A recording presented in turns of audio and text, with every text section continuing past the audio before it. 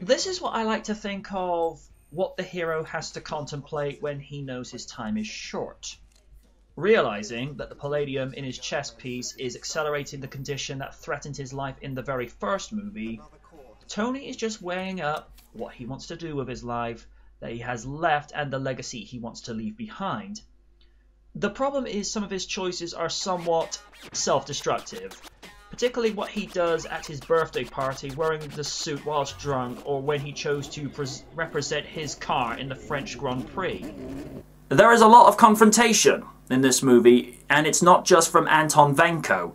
It's from the government, Justin Hammer, Rhodey and Pepper, and the rest of the people in Tony's life that are struggling to deal with his actions. The story that Ivan Vanko goes through is quite a compelling journey, as you see a vengeful man looking to reclaim what he believes, in his own mind at least, was stolen from his father, as early blueprints detailing it was Anton Vanko and Howard Stark that made the arc reactor, and not solely from Howard. The funnier scene is where the government are trying to get Stark to hand over the Iron Man suit, and Robert had a lot of good material to work off with Gary Shandling and the comedic repertoire, and just the way that Stark just didn't take the Senate seriously at all. I am the Senate!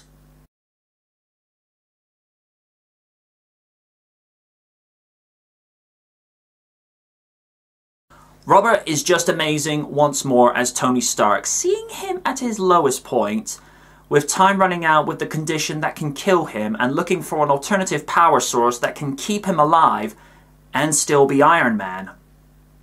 Sam Rockwell is just a treat to watch as Justin Hammer, the CEO of Hammer Industries.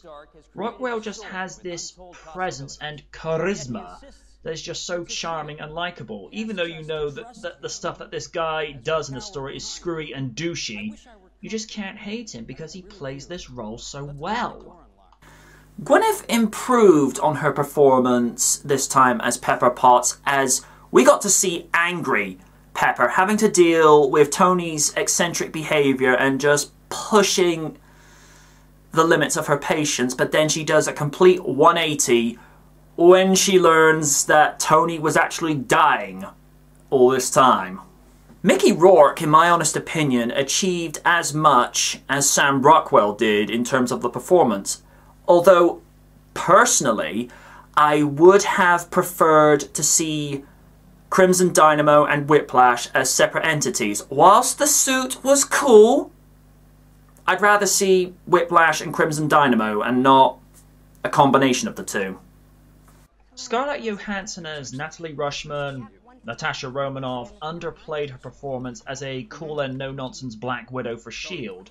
She wasn't awful, but I do think she could have put more into her performance, as there are times where she seemed wooden. As just before Tony's party, there just didn't seem to be any conviction in her emoting. Don Cheadle as Colonel James Rhodes was a casting choice I welcomed with open arms. He's a very capable actor that can be dramatic in one moment and be very entertaining in the next. His arrival in Washington at the hearing, where he's all business about his report on Iron Man, to where he and Tony team up to take on the Hammer drones, is where he has such good chemistry with Robert, is where they're actually acting how friends would act if they worked together. Samuel L. Jackson as Nick Fury sold his part like a champ as the high-ranking general of S.H.I.E.L.D., still looking to recruit Iron Man for the Avenger Initiative. Sam gave Fury this take-no-crap attitude from Stark and was intent on helping him find answers to solve the missing piece of his heart, in regards to his arc reactor that was keeping him alive.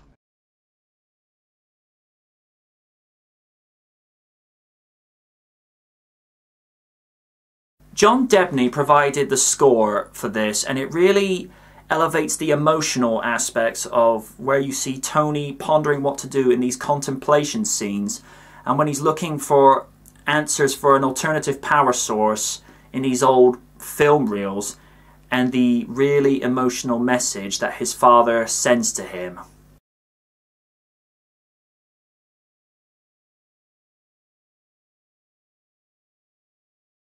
The visual effects are expertly done for the suit, but not so much for the electrical whips on Venko's suit.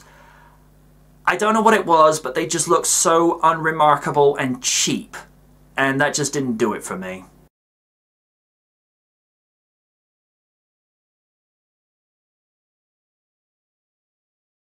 This was not as good as the first movie, but it did build and enhance Tony's character further, with his past explored and the issues he had to deal with in the movie. While it did not have the same fluid pacing as the last movie, it kept the audience's attention long enough and felt like they got their money's worth and then some. It's not the best sequel I've seen for a superhero movie, but I have seen far worse. Spider-Man 3. Iron Man 2 gets a strong, good flick bargain.